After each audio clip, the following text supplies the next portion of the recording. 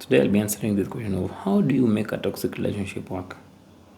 This is a very, very interesting question. Like when we say a toxic relationship is like, let's say you are the one who's being mistreated, or your partner is mistreating you, calling you names, and doing all those things which a normal human being is not supposed to do to one another. But you still want to keep the relationship. So what do you do?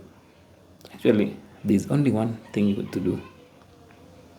Of course, it's changing behavior.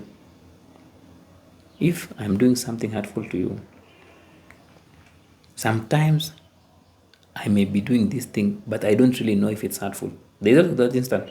Maybe I've just been brought up in an environment where, as a man, I'm supposed to do this, to shout to my partner, and that's a sign of love, control. But now, because you also don't know about it, you end up accepting it. So it's just two people here who are very, very lost, who are very conditioned. So it all starts with you, like understanding you, like how are people supposed to treat you? Without understanding that, you'll never even understand if you are in a toxic relationship. Like how, unless you really get to the extreme cases where now you really feel a lot of pain.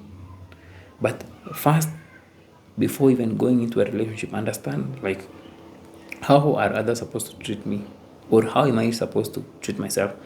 Are others supposed to control you, to limit your basic rights, or even to take care of your basic needs, to limit the food you take? Just too simple. Or to limit your freedom, like you can't use your phone, you can't go this and that. Because without really understanding how others people are supposed to treat you, you will accept the unacceptable behavior from others, which may end up being toxic. And for you to understand how others were supposed to treat you, sometimes you have to step aside from that box you've confined yourself in. Let's say if you're a woman and then you're like, as a woman, I'm supposed to do this. No, don't look at it as a woman, look at it as me. But actually, why do I let others mistreat me? Is it because I've been brought up in an environment where this is normal? Because some toxic behaviors have been so normalized to the point where you cannot see beyond it.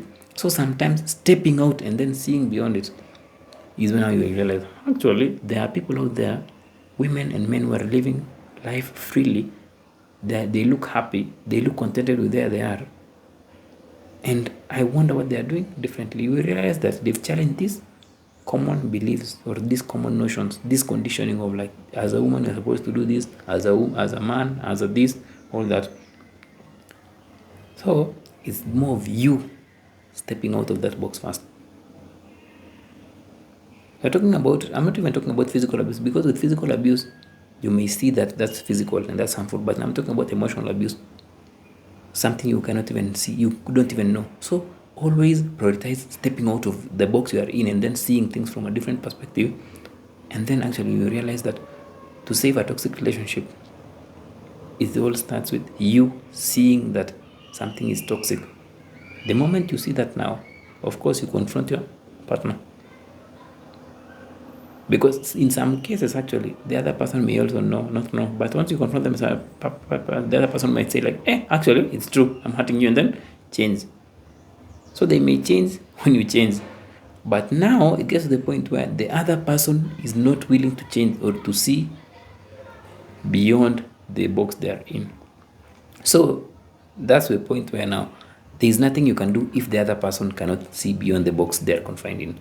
If the other person knows or keeps doing those hurtful things to you, once you realize that these things are hurtful and you keep talking about, and if they keep doing it, the best way to save the toxic relationship is to leave the relationship, or is for you to save yourself from the toxic relationship you are in by leaving the relationship. So you can only save a toxic relationship by you taking initiative.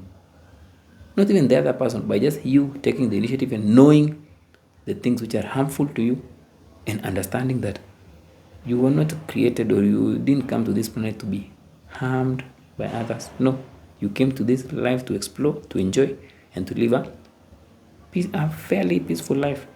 Hope that makes sense. It's you finding your own peace and you seeing things from the perspective of someone who doesn't deserve to be hurt by another person.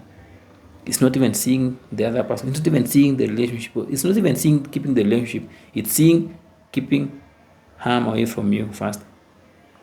Hope that makes sense. I know you want to keep that relationship, but keep a healthy relationship with yourself first. Then the other things will fall into place. Hope you found that informative, guys. Until next time, have a nice day.